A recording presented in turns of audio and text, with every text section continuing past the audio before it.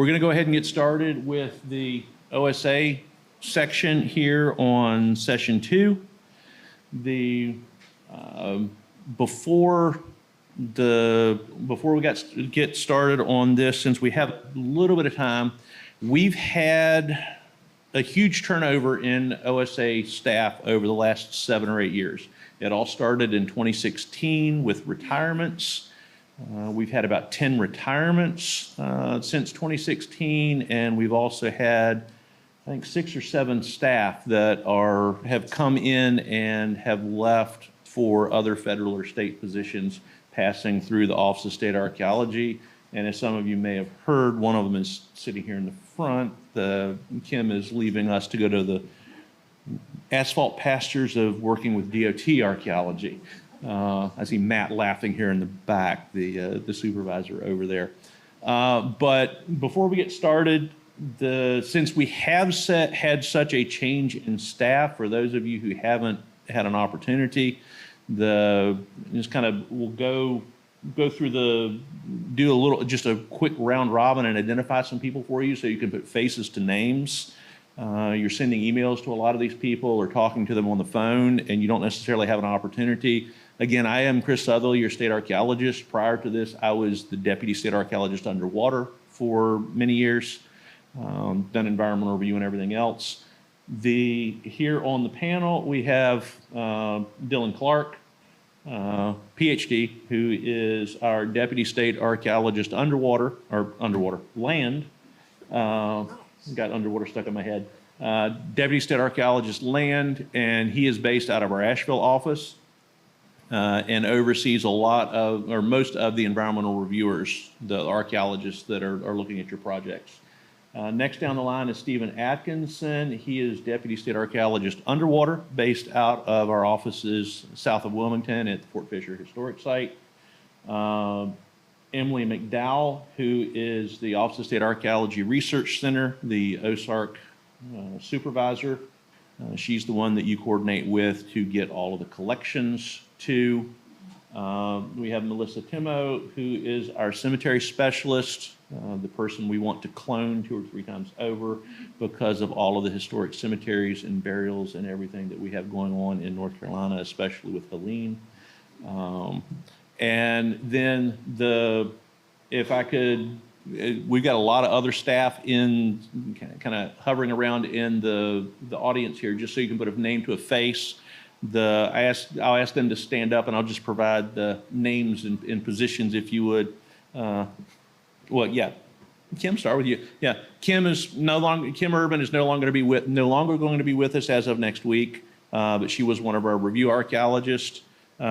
Wesley Parrish is an archaeologist technician. He is our sites registrar now, and will deal with all things and all questions, database and sites. In the next row here, we have Will Nassif, who is one of our review archaeologists for the coast, also a underwater and terrestrial archaeologist. Next to him is Jill Schuler. She is also an underwater and terrestrial archaeologist and has worked with the department before, but is now full-time with us in the underwater branch. Who else am I seeing here? It's like David Cranford, PhD, is over here. He is our geophys specialist, GPR, et cetera, and some drone work. Will is also our drone pilot for the aerial work. And David reviews a chunk of the Piedmont counties. Who else? Do we have anybody else up here right now? I don't know, is Sam? Yes, Sam Franklin will be up here. Sam is our GIS specialist that handles all of that. He is here, but I don't think he is in the audience right now. So with that said, Dylan, you want to get us rolling on the next session here?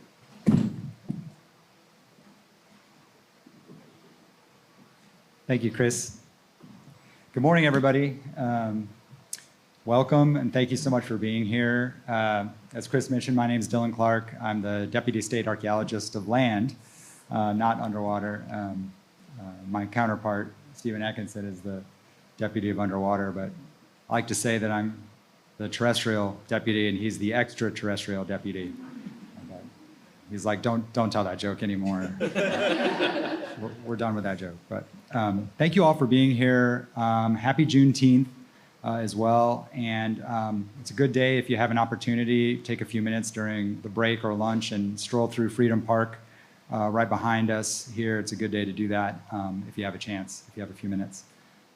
So my job today is to kind of introduce in broad sweeps the OSA's environmental review program and point out a few of the different areas that we cover within our mission as the Office of State Archaeology. And so we'll just be kind of getting into not too much detail, more like broad overview of certain topics that we know are of interest to you all, our colleagues, our archaeological consultant colleagues working in this field. But just as a reminder, and we'll keep kind of repeating this throughout the course of the session, there's a lot of information on our website, and our website has been updated. So we'll point out how to get to the key bits of information and other information that maybe doesn't come up in session today that you all will be able to access remotely through the website. And of course, we'll also provide our contact information, so you should feel free to reach out to us anytime with any questions that you have. And many of you do already, but just encouraging you all to continue to do that. So I know most folks in the room are pretty familiar with Office of State Archaeology's overall mission and areas, but just wanted to highlight, and we'll get back into this in a little bit more detail later in the day, but the two main parts of our mission that really relate to things we'll be talking about today are data management and record keeping. That's a really important role that we have within the state in terms of archaeology. And then also the obviously the implementation of the federal and state regulations that protect cultural resources as well, mostly through environmental review. And we have 5 branch offices across the state. We're here, of course, in the main Raleigh office, and just down the street is the OSA Research Center. So this is our kind of main branch, and Emily, of course, is the supervisor of the Research Center, our main curatorial facility, not just for, for archaeological collections across the state, but it's also a curatorial facility for objects for the museums as well, and other Department of Natural and Cultural Resources collections, as well as some other federal agencies that have property within North Carolina. We have the QAR Conservation Lab in Greenville that many of you are familiar with, and none of our team from QAR is here today, but they're some of our superstars in the curatorial space. We have the Curry Beach UAB, or the Underwater Branch office as well, and the Western office in Asheville, which is part of the Department of Natural and Cultural Resources Western office overall. So in terms of what we do at OSA, you all are most intimately familiar with, or you're becoming intimately familiar with this if you are just starting your career in cultural resource management, in the data management and background research sort of aspect of what we do in terms of keeping the site files for archaeological sites across the state, and also the reports from archaeological projects across the state. So data management is an important part of what we do, as well as the artifact collections we curate at Ozark. We implement state and federal cultural resources laws, of course, so we're involved in the environmental review process that we're discussing today. But we also have some other statutory obligations, including protection and preservation of cemeteries and unmarked human remains throughout the state. We assist with archaeological investigations on state property primarily, technical assistance to many groups throughout the state for archaeology, and also public education and outreach is a really important part of what we do, and not just because we think that's important and we love doing it, but also because we're statutorily obligated to do that under the state statutes. So we're really committed to that. And we have some of these specialty programs as well in North Carolina's OSA. And as many of you know, we're one of the largest OSAs in the eastern part of the United States. We have 24 permanent staff members, and sometimes we have a few more temporary staff members as well when we can. But we also have the Historic Cemetery program that you'll be hearing from Melissa, the director of that program, a little bit later this morning. Obviously, we do artifact curation and conservation. We provide permits for archaeological investigations. And we have our geophysics unit led by Dr. David Cranford as well. So I just wanted to provide some of our updated metrics, and we'll be talking a little bit more about this later today in session 4. But just wanted to point out that, and you all are involved in this, right, every day, registering new archaeological sites in the site files and the archaeological record program here. We are up to over 63,000 archaeological sites across the state of North Carolina now. This is, in fact, I think a little bit older data. And this year, fiscal year 24-25, we've now reviewed over 3,100 projects that have gone through environmental review for archaeological resources as well. And as Chris mentioned, we have ideally 6 assistant state archaeologists who are doing environmental review across the state in these different regions that you can see on our map. But our map has been updated, so if you check our website, you'll be able to see who the new reviewers are for the different counties, or the new reviewer distribution for our assistant state archaeologists. And we also have 2, as I mentioned, 2 deputy state archaeologists. It's also important, and I want to acknowledge the fundamental contributions of our archaeologist 1s and archaeological technicians on our team as well. Mandy Posguy and Casey Pardo, who many of you know, who are not in the auditorium with us today, but many of you know them from your interactions directly with them in the environmental review process. They're our project registrars, and they do an incredible job, along with Rachel Denton out in the Western office, and Wesley Parrish here in the Raleigh office, who is our archaeological technician and site registrar, in terms of managing the data and making sure that background research or data is available for you all to do background research, and also members of the public as well that submit public records requests to our office. As Lund mentioned earlier, that's an important part of what we do, right, is that we curate this data not just for our own use or for professional use, but also to be made available to the public that are interested in history and archaeology and cultural heritage preservation across the state. And it's true that we have, at the state level and also at the federal level, as you all know, confidentiality laws that protect the location and sensitive information about archaeological resources. That's why, as Lund mentioned, you're not going to find archaeological sites on the publicly accessible HPO web, but we maintain the spatial data for archaeological sites in our GIS system, and for qualified professionals such as yourselves, you're able to access that information. But when the public requests information from us, we're able to provide most of the information from archaeological reports to them with appropriate redactions for sensitive information and to protect the safety and to preserve these sites. And we do that as much as possible. So at the state level, one of the most important laws that actually relates to this question of confidentiality and public records and preservation is the Archaeological Resources Protection Act at the state level. And many of you are familiar with both the federal ARPA and the state ARPA. But I just wanted to make a couple of comments today on GS 70 Article 2, which is our state ARPA.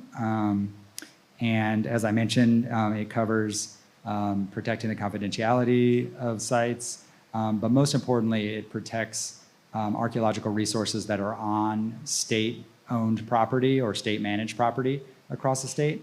And this includes places like state historic sites or parks, state parks, but it also includes the state universities' campuses as well. Those are owned or are managed by the state. And so you may be required, many of you already have experience doing this, you may be required to get an ARPA permit or to apply for an ARPA permit to carry out archaeological investigations on state property. And it's a not too complicated process. There are two different types of ARPA permits that you can get through OSA. One of them is the specific permit, which does not exceed 3 years, but that permit is the most common that we get. That's for like a specific project that's going on, either an archaeological research project or an archaeological compliance project, because the archaeological work that's done or the ground disturbing activities and undertakings that are carried out on state property also have to be compliant with the cultural resource preservation regulations. And so the specific permit may be obtained to cover the investigations that are needed to do CRM on state property. And a more general permit is also available for a longer term kind of land management operations on state property as well. And the PIs, or the principal investigators for these projects, are the ones who apply for these permits, which are submitted through our website. You can follow, you can find links through, there's a handy dandy tab on our website, which we'll show you in a minute, where you can identify which of the applications and forms that you need. And then the process for submitting those forms to OSA, to the OSA ARPA website, is very easy. And Mandy Posguy, one of our project registrars and staff archaeologist here in Raleigh, is the person who does a lot of the processing initially of the ARPA permits. And she works very, very quickly and moves the process along as quick as possible. I have to say it's very impressive. But keep in mind that the ARPA process requires signatures from people in different government agencies. So that can kind of slow things down a little bit. So it's important when you're working, when you're developing a project that's going to need an ARPA permit, that you kind of factor in the necessary time that you need for getting these signatures, getting the criminal background check that's necessary, where the fingerprints are taken and submitted. Once that criminal background check comes back, it's good for a year. But after a year, you may have to get another one done. So that process in and of itself, once we process those forms and send them out to SBI, that can take several weeks as well. And then keep in mind that under ARPA, consultation may be necessary with religious and cultural groups that have a strong connection to a place where archaeological fieldwork is going on. That might be appropriate depending on the project. And there is also a longer review period for the reports that are submitted at the end once you complete an ARPA permitted project. It's a 60-day review period for the report. And then if we send it back and request some revisions, it could be another 30 days that you have to do those revisions and then send them back in. So that's something to keep in mind, right? That it is, build that into the timeline for projects that take place on state lands. And importantly, even though this is not, some ARPA projects are not Section 106 compliance projects, so they might be happening outside of the typical Section 106 ER review process, but the reports are it's still necessary to submit the report to complete or to close out the ARPA. And that's important because you may need to get another ARPA permit in the future, or may want to continue to do additional research in that location in the future. But if the report has not been submitted and hasn't been closed out, you may not get approved for that permit. And a little bit later on down the line, we'll talk more about underwater permitting, because I know that's a different permit process. One other thing I wanted to kind of highlight with ARPA is, consider curation and making sure that in the ARPA permit application, you're very clear about the plans for curation, because any of the archaeological materials that are recovered from projects on state property are, of course, state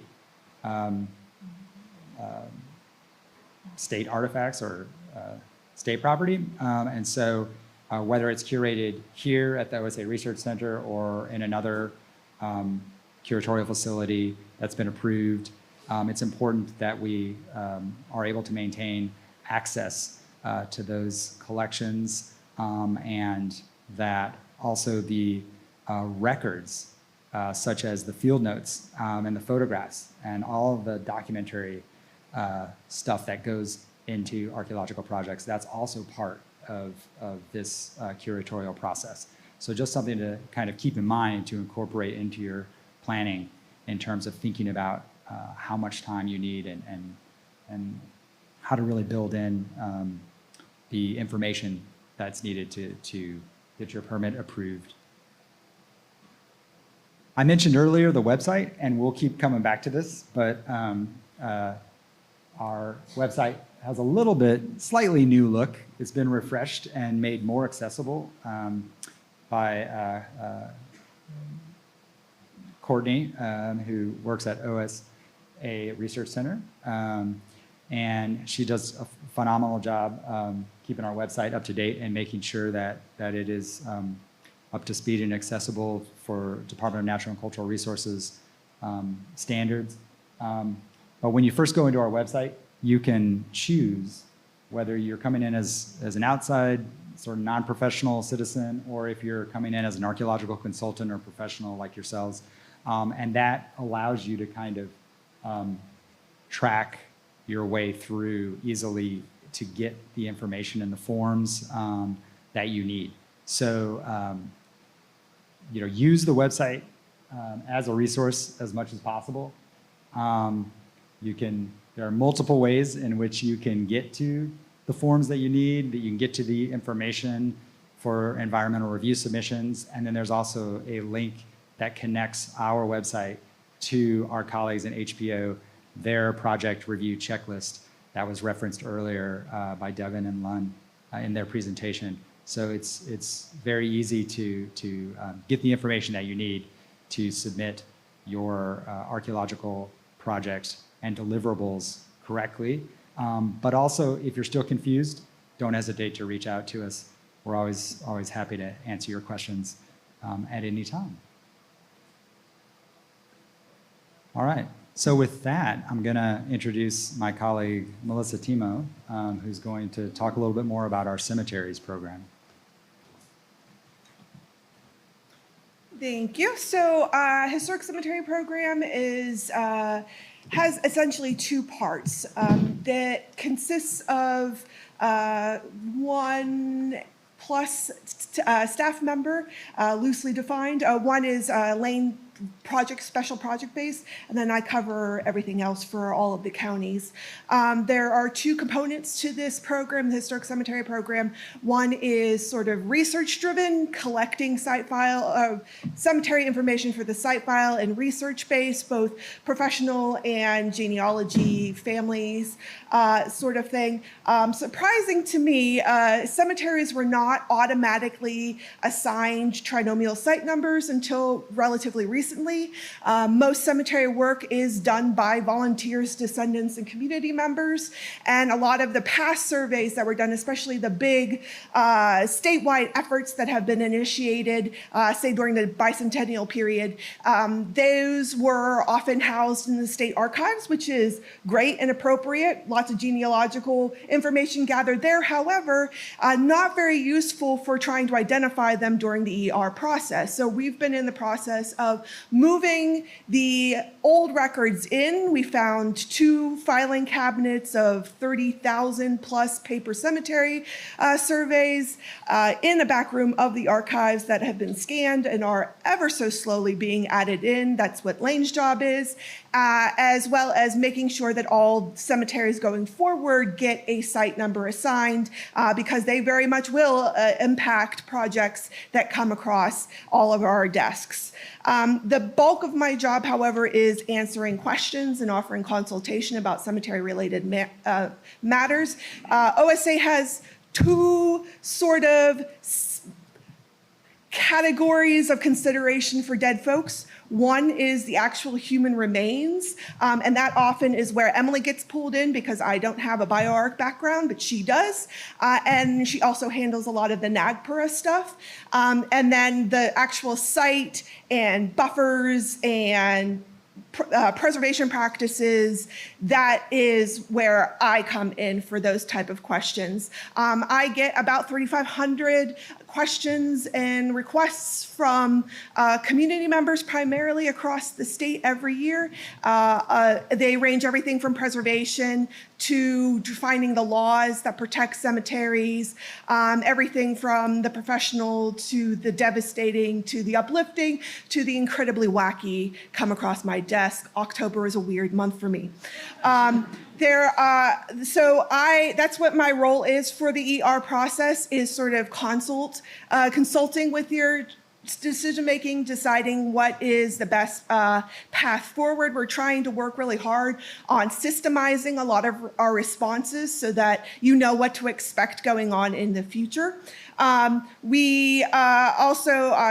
help folks with not only that sort of thing, but preservation best practices if that comes up. I know some firms have that or are developing that sort of branch to their companies. Mitigation and avoidance strategies, that includes buffers, which I'll cover in another section. However, I do want to stress, because I have some new people and some new companies reach out to me, that I am not the one who's making the decisions during the ER process. I consult, I help, I'll attend all the meetings, give you my solicited or unsolicited advice, but the person who's actually going to have the say on your question and your procedure is going to be the review person for the region in which your project is happening. So I can add in, but if you don't include that person on the email, I will. So they're going to hear it regardless. Some cemetery reminders for you that what falls under the Historic Cemetery Program are all cemeteries that were established at least 50 years ago. Eventually, all cemeteries will come under my umbrella, but right now, so if the cemetery existed when the first Godfather was in the theaters, it's one of mine. So they will also be the ones that will get a trinomial number if you're looking at them. So submit a form. We have 2 separate forms, one of which I made more accessible. It's called the Citizen Cemetery Reporting Form. And then there's the regular cemetery reporting form for professionals that has more of the environmental and the sort of more complicated things that complicated, that ordinary citizens don't think about. And so you will find that form on the ER website as well as on the Historic Cemetery Program website, where both are listed. Also, that means, unlike in the past, that cemeteries are getting their own site numbers. In the past, there was a habit of grouping things together, and I'm fine with that, but not for cemetery. This is for a couple of reasons. One, they require different preservation and mitigation strategies to deal with them. And another, the laws are different for an archaeology site than for human remains. All cemeteries are protected in North Carolina, regardless of private property, private or public property ownership, age, size, inactive, active status, all of them are protected. And there's a lot of laws that are very specific, so I would prefer if the cemeteries have their own site number rather than lumping in with the rest of the farmstead or lumping it in with what have you. My area also does not cover pre-contact burials. Those get their own special laws, so they are dealt with separately, and oftentimes Emily gets pulled in with a lot of that, but talk to your reviewer if you've got questions. If you're new to CRM or if you're new to North Carolina, there are 3 main laws or state statutes that cover cemeteries in North Carolina: 65, 70, and 14. 65 is the general cemeteries law. This covers everything from active cemeteries like commercial cemeteries and their regulation, military cemeteries. Also for CRM professionals, this is where the relocation statute is listed. It's 65-106. This law kind of steers more towards marked burials. And through the definition of marked, which is something I have beef with, but I'm not in a capacity to have much of a say, marked means a formal headstone, usually that has an inscription. So fieldstone markers don't necessarily apply in these cases, or do they? We've got some trying to make some updated decisions about laws that were written decades ago that did not have as careful considerations and better understanding as we do today.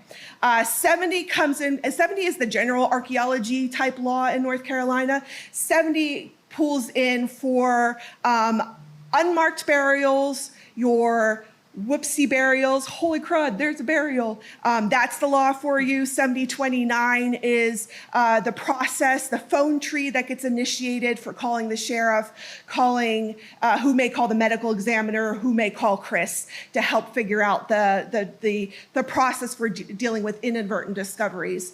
It's also where those laws associated with Native peoples are found, and that's where sort of the NAGPRA type of situation applies as well.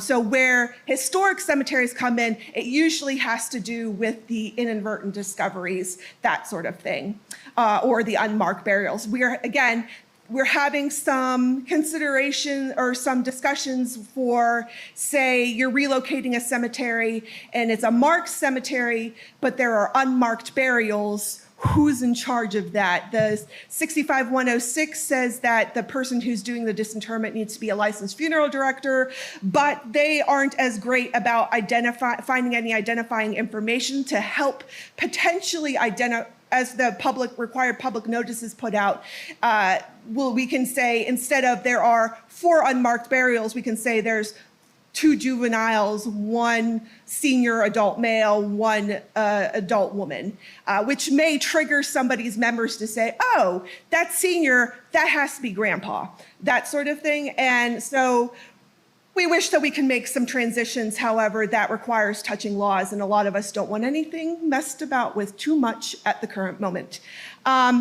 Chapter 14 is the criminal statute in North Carolina, where you'll find all the criminal codes, but 14 is where you find the vandalism and the desecration laws for cemeteries. They all make caveats, though, that if they are being done as part of a formal archaeological process, you won't catch the felony. But if you're looking for it, the 14-144, 14-148, 14-149, 14-201, it's my not fun party trick. because I can cite these now. Those are where you find those in that section right there. 65, I forgot to mention, is also where there's some control for counties for cemeteries that don't have a known owner, but those are also sort of loosely defined, and most of the counties have taken the stance of where it says may do this, they read that as or may not. But that's where those laws are roughly. If you're looking in the future for the laws or which best applies, if you're just talking to someone or if it comes up in your ER work, just reach out to me. I'm happy to direct you to the right places.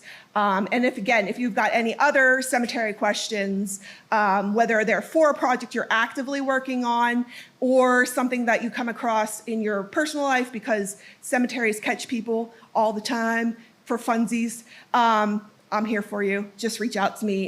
You can find me on the website.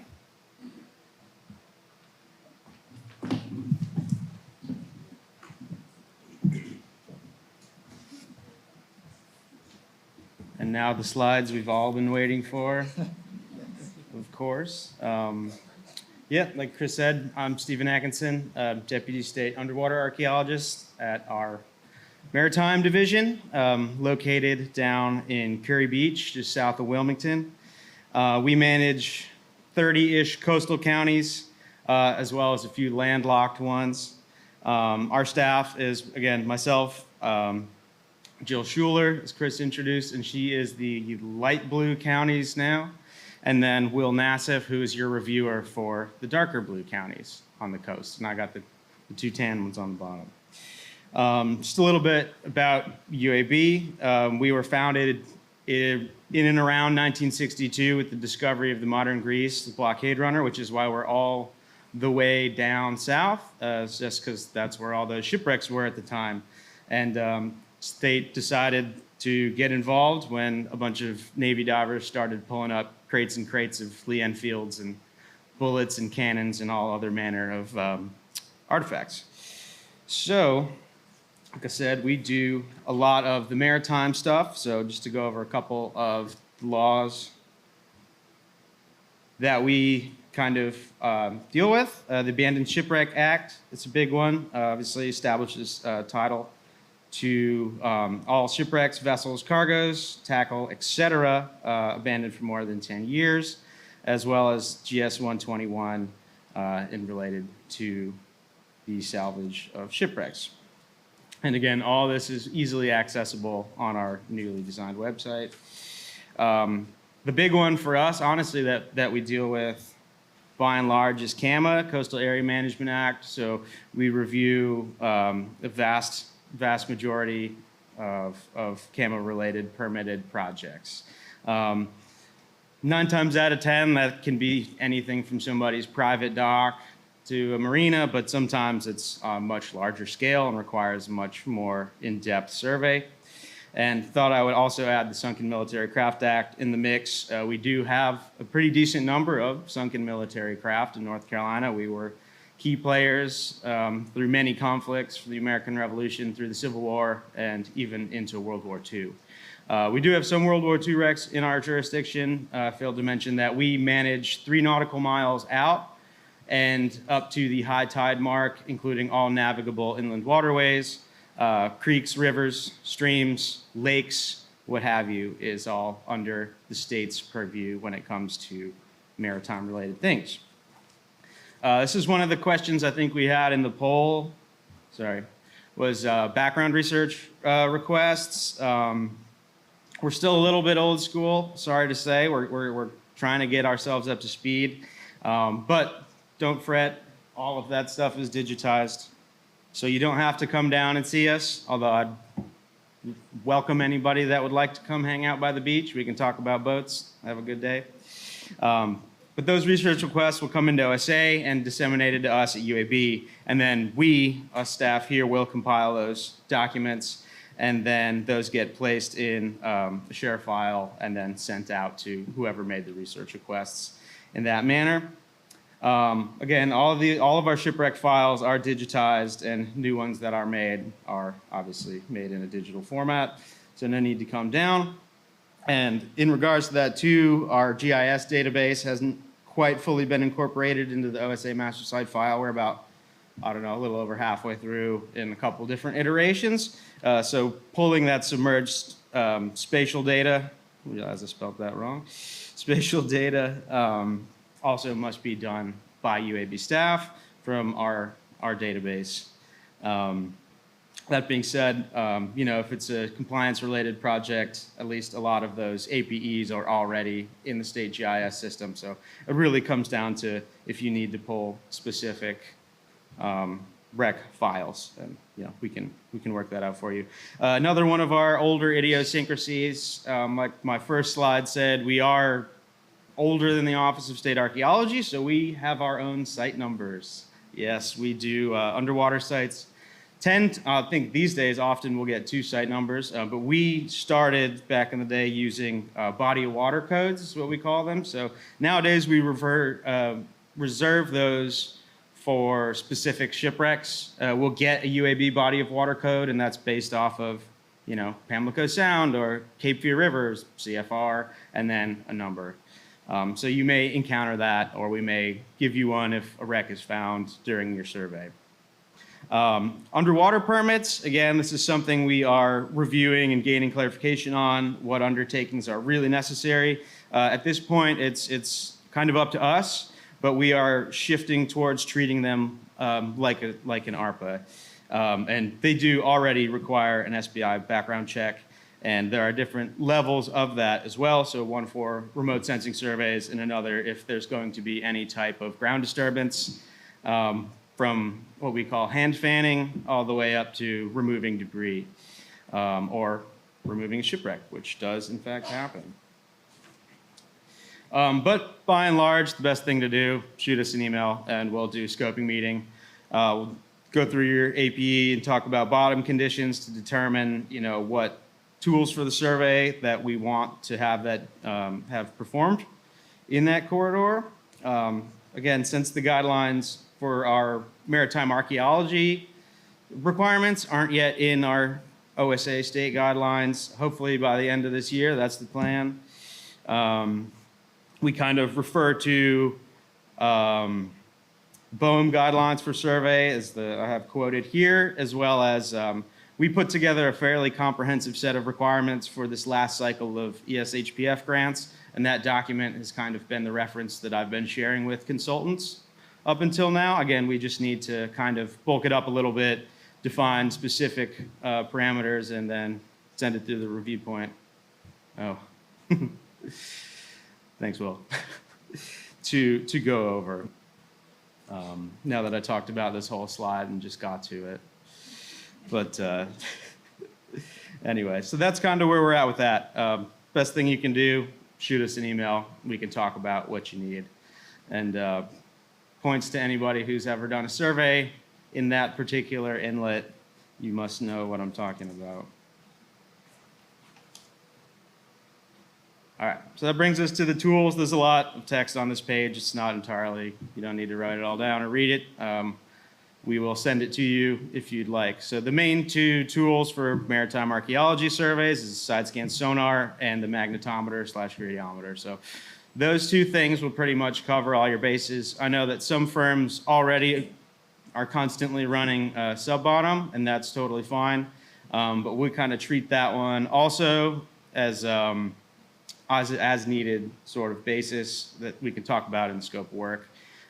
With side scan, our resolution, we kind of have a baseline at 500 kilohertz. Ideally, and I think that most of the technology that firms are using these days are above and beyond that. I know the one that we have in this picture can go up to 1600 and give you some pretty crisp resolution. But what we're really looking for is 100% coverage and all of that.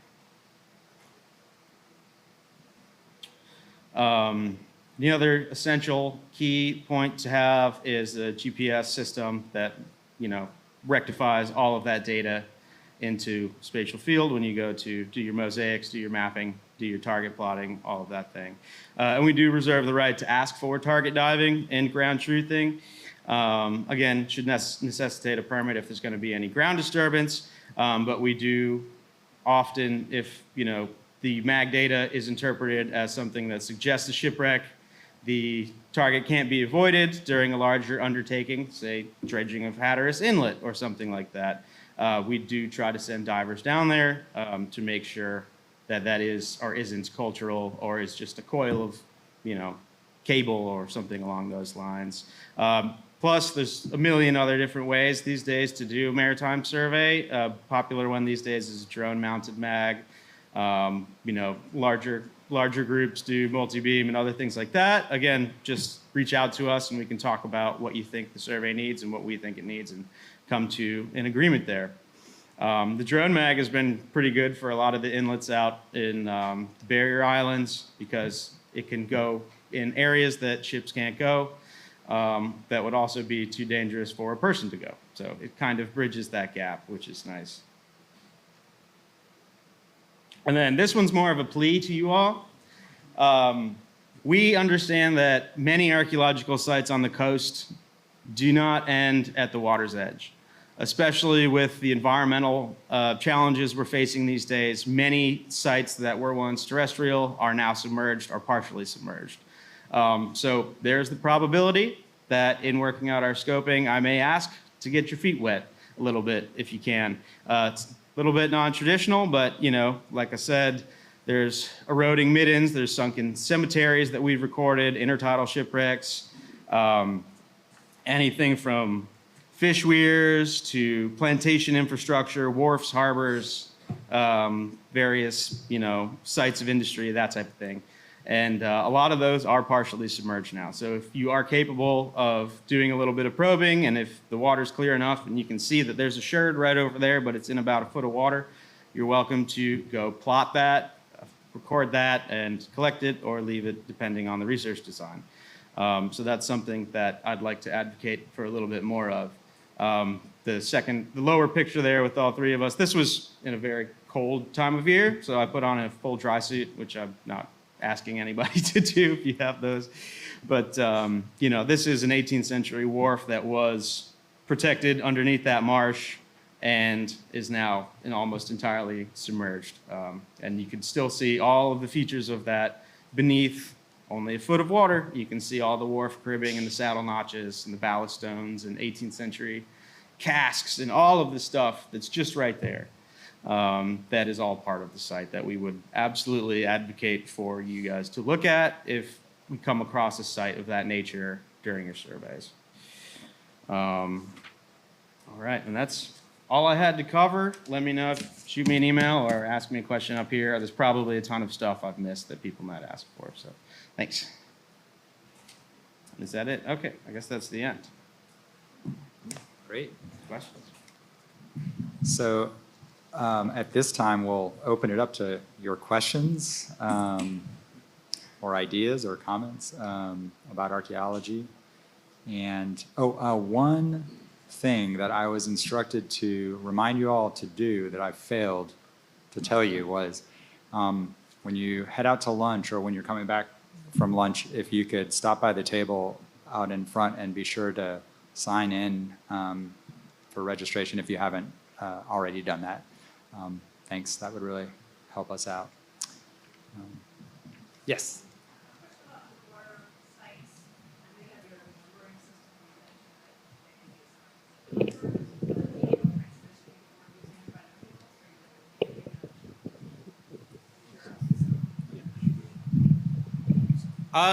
We are going to continue to maintain our underwater numbers a little bit, just a little bit. Like I said, we reserve it for if you find somehow a comprehensive, a cohesive shipwreck, we'll give that an underwater number. But again, it's up to us at UAB. It's a little bit subjective isn't the right word, but we'll give it one for our files if we think it needs one. But most other sites that aren't a specific watercraft probably won't need an underwater number.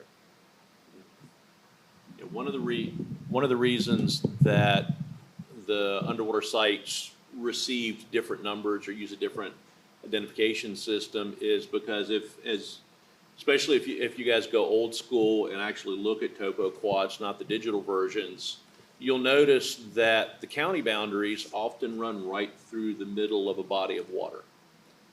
Cape Fear River is a good example. It's the west side's Brunswick County, the right side's New Hanover County. And some of the smaller streams and bodies of waters and rivers, it would often depend on which topo quad you went to. Roanoke River is one example. On one topo quad, it's the south side of the river. On the next one, right adjacent to it, is the north side of the river that they use as the county boundary. So because the Smithsonian trinomials are based on county, it made more sense for consistency initially to use the body of water code. It also tends to group it thematically or culturally, because you really don't care that, other than for reference, that a shipwreck might be in Chowan County. You're more interested in what body of water it was associated with culturally. But as Stephen said, we are moving to assigning actual, full Smithsonian trinomial numbers as we would with terrestrial sites, as the GIS layers get added to and built out. Right, and to piggyback off of that too, like I think there's going to be very few new, body of water codes that we'll assign. Again, like I said, it's a watercraft, so cohesive shipwreck, dugout canoe, barge, something like that. We'll give them one. But most of the sites I was discussing are on the bank. They can be attributed to a county in that regard. And I don't think we'll bother. Well, that's maybe not the right way to phrase it. To give new trinomials to very old UAB body of water coded sites, so those will still pop up in review and in research as well. Yeah, and the underwater numbers will be maintained in the site files in the other number field. In addition, if they are assigned to an actual Smithsonian trinomial, so you can still refer to them, be referred to and found and searched within the new Laserfish site form system, both ways. Yeah, I have a question. This may be a little bit more of like a new or newer to CRM topic, but I was kind of curious about any newer developments when it comes to kind of the overlap of unmarked remains and or NACRA considerations in connection with kind of this. This is why I'm sitting up here. So in regards to how those are connected to CRM, under NCGS 70, Section 29, it actually specifies who to contact and how to contact them if you are doing a professional archaeological investigation. In that scenario, NAGPRA happens once the remains come to me. I think there is some technicalities in terms of who could be responsible for those remains under NAGPRA. We do it. I do it. I'm not going to force everybody else to do it. But technically, if you are a CRM firm that has received federal funds, which a lot of people did over the pandemic, you qualify under the law as a museum. And that scares a lot of people in CRM. But we don't enforce that, essentially. Everything comes to me at the end, as long as it's not medico-legal, which is why we have to involve the medical examiner. And I also know that there's a lot of cemetery movements, coalitions, and associations of African American cemeteries across the state. There are at least 3 and a 4th one, and then the normal descendant or church groups. And I know a couple of them, as well as some county governments, and I can't remember if it's Durham or Orange or Chatham. One of those counties are also pushing for an African American style NAGPRA, which would be awesome. But there are, of course, a lot of things that happen in Native communities as far as hierarchies go that a lot of African American communities don't have. But these questions do come up periodically because people are talking about it. So I like to give people a heads up about these things that, because you guys are often frontline as far as rando folk walking up to, what y'all doing over there? And so these things are being discussed, and I'm happy to take any of those questions that pop up along those lines. Just shoot them to me. Everyone gives me their cemetery questions from all over the state. It's fine. But yeah, so that's where, and then like I said, the other thing was the sort of discrepancy of, especially for disinterments, whether that be for a DOT project or there are other cases where people can remove historic burials from property under 65106 about that 6570 overlap.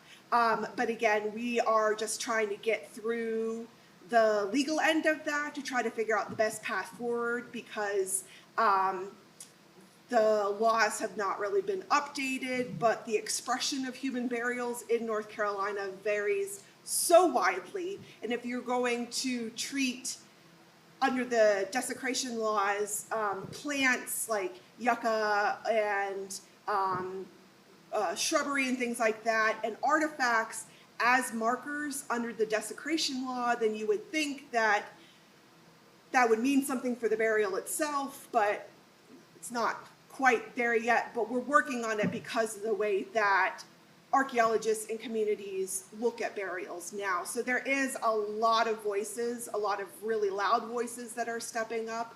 It just hasn't translated to actual law yet. And again, let's hold off on that law changes for just a minute. I just want to note that if anybody does have questions about NAGPRA or wants resources about that, there are a lot of local community of practices. National NAGPRA has a lot of good resources, and if you reach out to me, I will send you a list of resources. I have a cemetery question as well.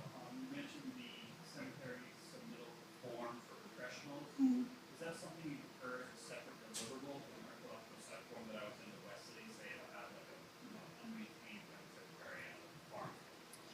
I've had people submit both, but the cemetery form has the spaces to put cemetery-specific data, whereas the normal archaeological form doesn't necessarily provide you with the opportunity to put this critical information in that we then use in our database. So while you could do both, if you're only going to do one, I prefer to do the professional's cemetery form. And again, that can go with all of your, if you're submitting a cemetery as part of a wider project that you're doing, you can send all of those site forms together to Wesley. You don't necessarily have to send them straight to me. You can also get that number, the site number for that cemetery as part of your project from Wesley as well. I can assign and I will take cemetery forms, but if you're already sending a bunch of stuff through him, just keep it that way. That's what he's here for, is to help us with those, with all site forms. I tend to get more of the citizen-based site forms. Sometimes I will get sort of what we call the courtesy projects, where it's not a part of an official review process. But again, that's better to go through, especially if there is also a report associated with it and all of that. That's better to go through your reviewer, because there's already a procedure in place.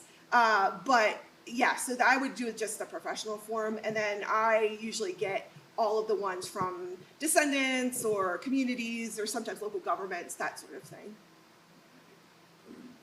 Expanding on that question, do you want site numbers assigned to potential or probable cemeteries, or only demonstrated cemeteries with clear impressions?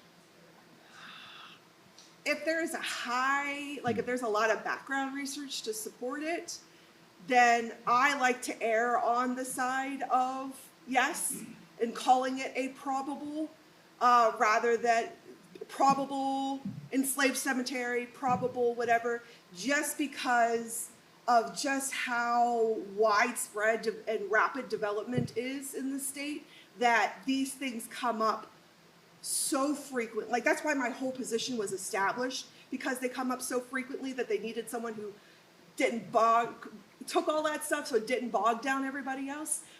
So I prefer, other people might have different opinions, but I prefer we err on the side of assigning a number preemptively, and if it turns out to be nothing, or they relocated it or something along those lines, that we can take it away. Also, If you are involved in a disinterment, I also would love it if you submit a form for the original location, because again, cemeteries can act as triangulating sites for other historic and cultural resources that are in the area, especially for communities like African American communities. The cemetery is usually within 1 or 2 miles of the church and the school, so that is really helpful for finding where the houses were, where the school was. So I would prefer, if you are involved in a disinterment and removal, that you also submit one. It's not legally required though, but would make me super happy. It would make future archaeologists super happy too, because we all hate how people assume things, but because the law doesn't require it, they don't do it. But yeah, so I am definitely an over an assigner rather than an under assigner, especially because of human remains and the laws that are associated with them, because if people do the wrong thing, they can have a Class H or a Class I felony, and nobody wants that.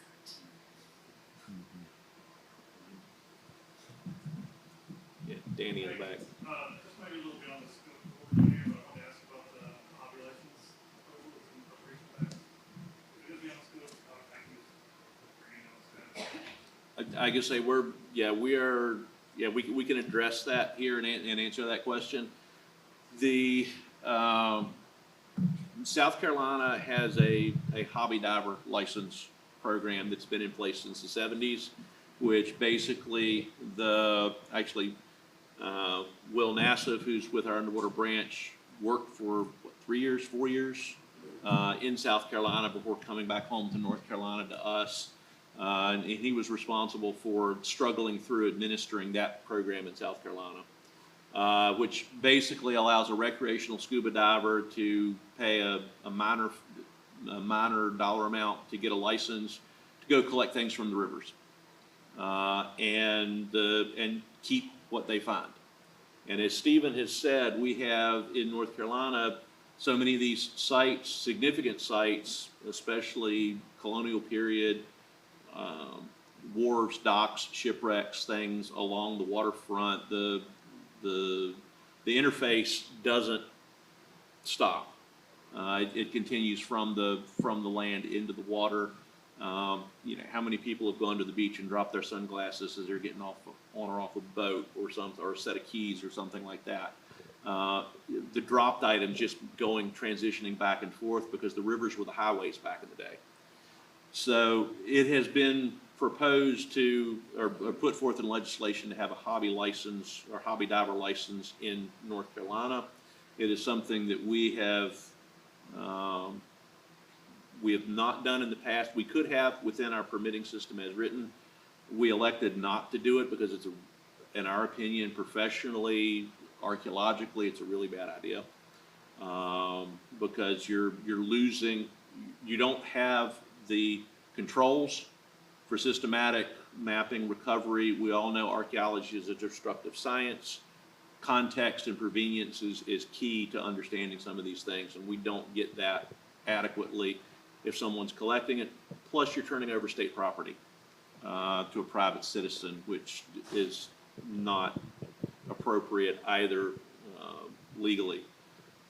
It was proposed, it has gone into one of the current bills. It has been removed in the latest iteration, but we have had various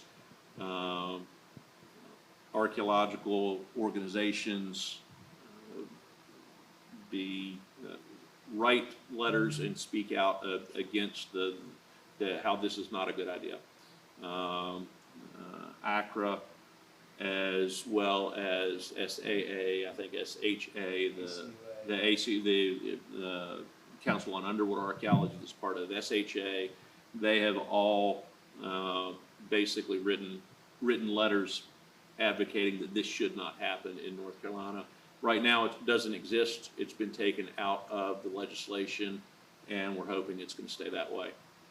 But we're working hard to make sure that doesn't happen because it erodes, professionally, it erodes what we do in terms of trying to protect we have the terrestrial archaeological sites. We have the submerged underwater archaeology or underwater cultural heritage, as it's typically referred to now. Boehm and NOAA started coining that term 5 or 6 years ago. But yeah, it's not there right now, and we're hoping to keep it that way. I checked version 6 yesterday, I think is the one of, is it Senate Bill 250? It's the Senate budget bill that somebody slid 257. some extra Yeah, legislation and it's in. still not in there, but I don't think they've met again or couldn't agree on a meeting for the next phase.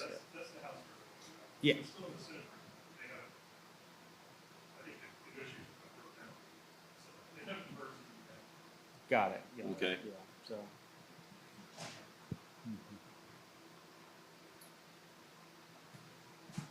All right, what else can we answer or muddy the waters, to use a maritime term, for you?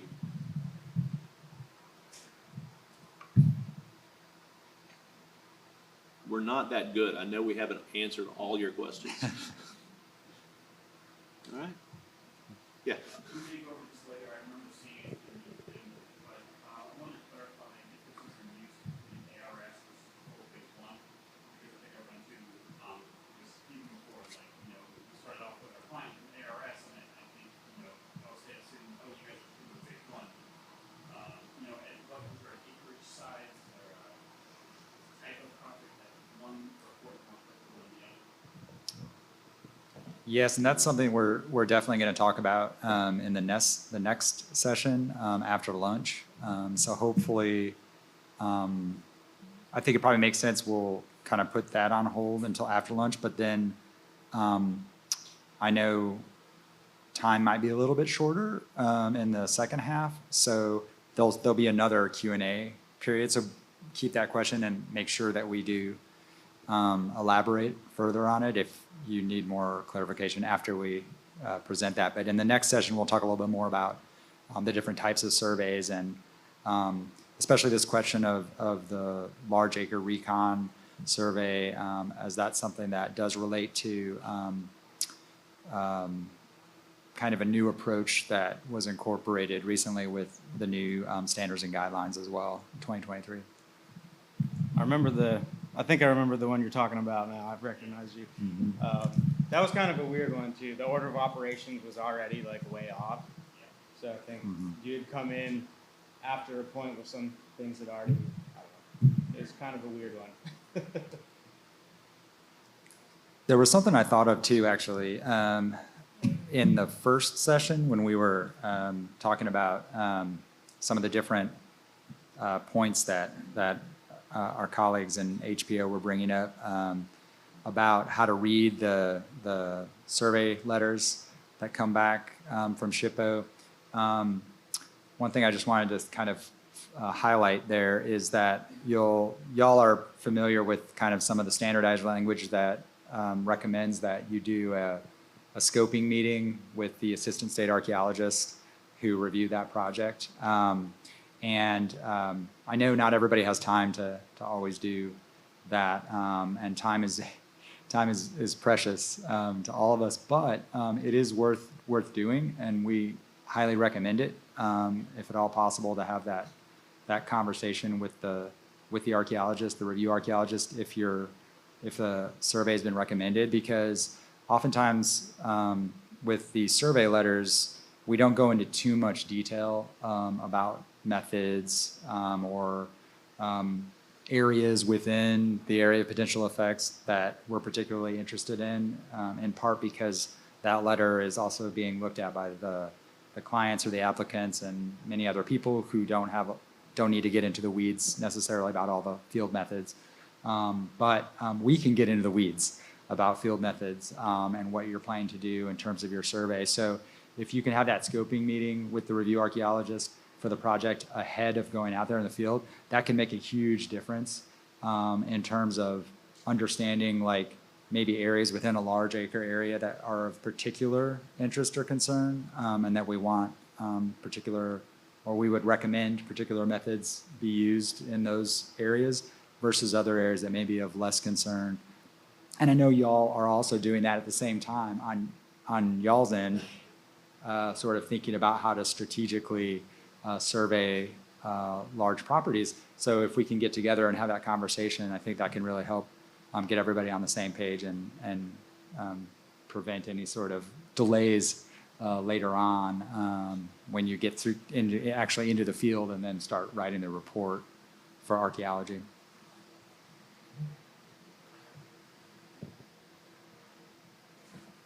And actually, when we say scoping meeting, it doesn't have to be a huge elaborate thing. It can literally be an email and a follow-up phone call with the review archaeologist. It's not like we're gonna sit down, unless it's a huge project. You know, it's not gonna be, you know, 3 or 4 of us sitting down with you. It's probably gonna be just a one-on-one with the review archaeologist to make sure your planned scope is what you envision as the scope and what needs to be done on the project is matching with the review archaeologist. Yeah, 90% of the time it's just an email. Yeah.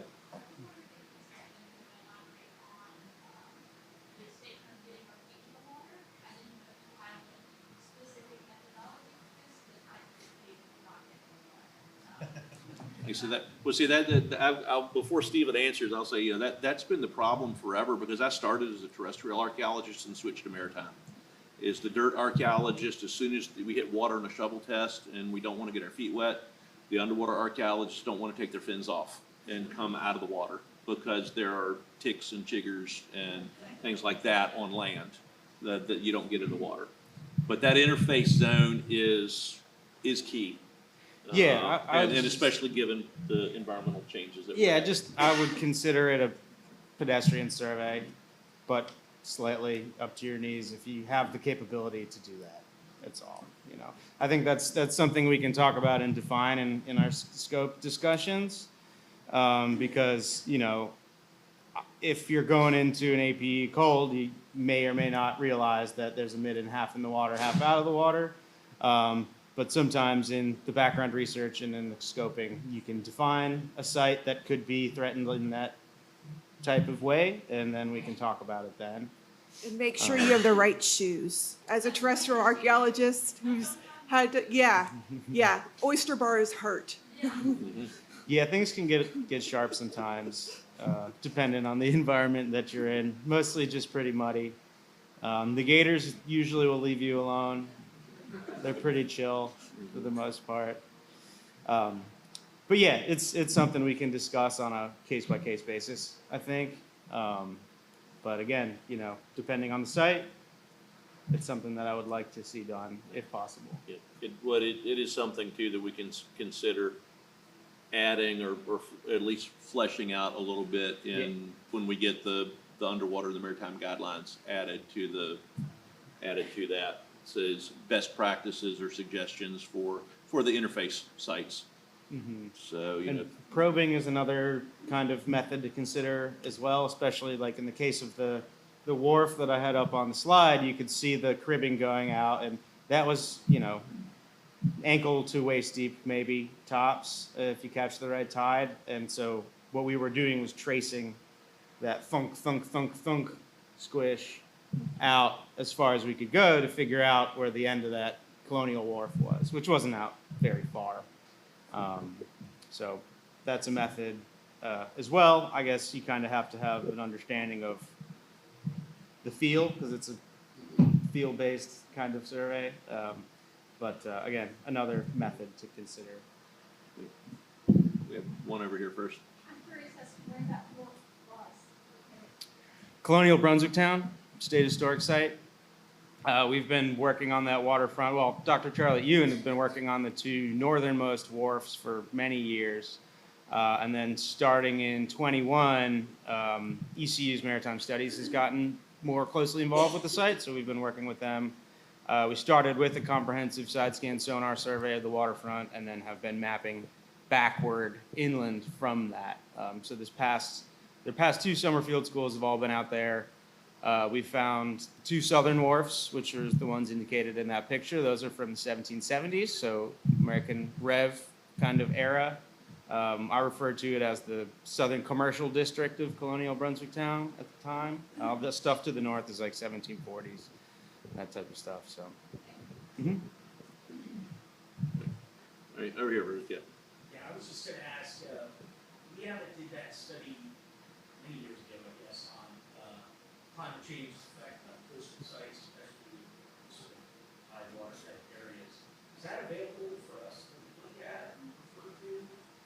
I don't know.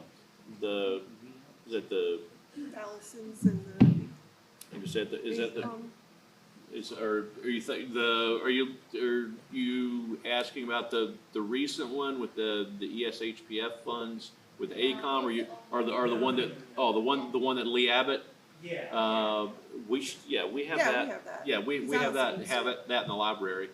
So that would be, that would be available for the work that Lee Abbott did.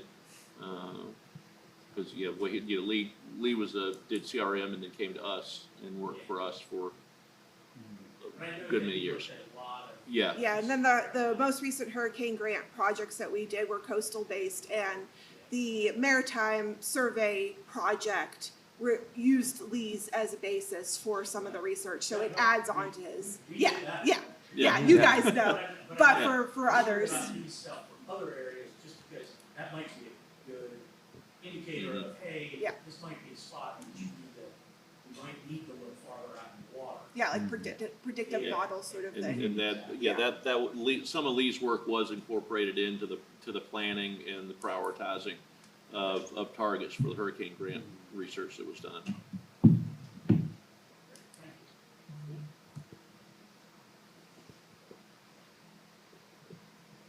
All right. We are running. Oh, one more. Yeah, Yes. yeah, we got plenty of time. We're running ahead of schedule, so. Or another site form type of question. Do y'all consider spots with sort of surface features alone, no artifacts and subsurface other than testing and survey? Would you want a site form for that? Consider site preview if this is already in your guidance online. But just curious what your I'm sorry, I don't mean to make you repeat that, but I couldn't hear very well. do y'all consider spots that were surveyed, shell testing, no artifacts recovered in subsurface, but there are surface features there? Do y'all consider that archaeological site that should go into the site form? That's a good question. It depends is the non-answer answer. It depends, I think, because it depends on what the surface feature is and its age. And then sometimes what we do too is when we're sort of evaluating that and thinking about whether that's appropriate, we'll reach out to our colleagues in HPO as well and confer with them about whether this is something that they would consider to be significant or potentially important from a structures perspective, or if it's something that they would say, no, it would be purely archaeological. And then we would think about if they did that and kind of turned it back over to archaeology, we would then think about like contextually what it might contribute to in terms of the larger area, I guess, in terms of significance. But that's a good question, and one that we do have to think about and sometimes are sort of bouncing around ideas about. So We do have a lot of earthworks in North Carolina from the Civil War and other eras that may fall into that category. There were a lot of rifle pits and gun emplacements that were dug and then immediately abandoned the next month. So there's literally nothing, in the physical environment, artifact-wise. So I can see where that can come into play.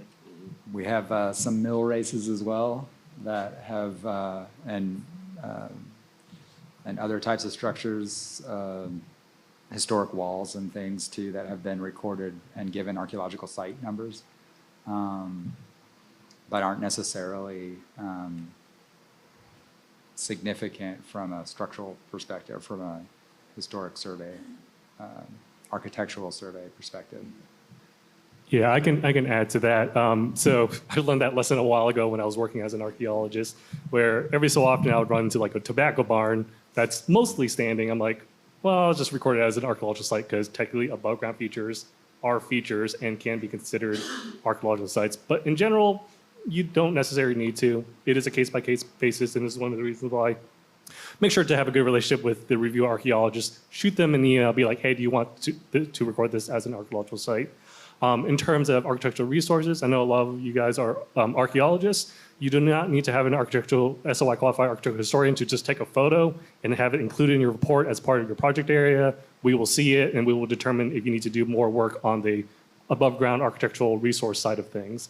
But in general, if you are near some sort of old homestead, plantation site, tobacco barn, and you do find surface artifacts or you do find stuff in your shovel test, I would say it would be safe to record the building as well as the archaeological artifacts that come with it. That being said, your recordation of the above ground structure does not have to be very intensive. You get a basic footprint, dimensions, get some photos. Archaeology can deal with the archaeological site, the criterion D kind of stuff, and we can handle the other side of the stuff for the above ground stuff. So you don't have to worry about getting like site numbers if you run into a house that's over 50 years old on your project area. Just get a photo, have it sent to us in your, in some way, shape, or form, and we review it. Usually, when there are above ground features, that's usually caught during the recon phase, and you guys are just sending basic photos of the project area, and that's usually when we will sort it out then whether or not you need to do more in terms of the architectural. That's, when in doubt, email us. We'll be happy to answer and clarify whether or not you need to move forward with the full site number and stuff like that. But I think short answer, yeah, if you find associated artifacts with some sort of above ground feature, then probably treat it as an archaeological site. That's helpful. Thank you so much.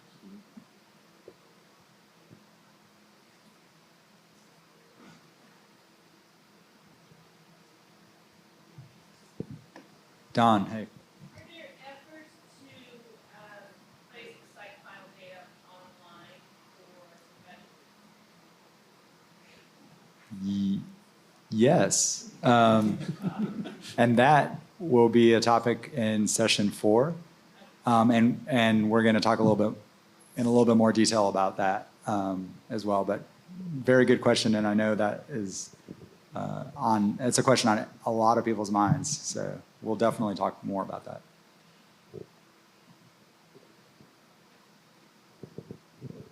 Well, as benevolent overlord, and seeing that we're running 15 minutes ahead of time, I'm going to be benevolent and we're going to stick with the time that's given in the, we're going to be back here Wednesday, 1:30.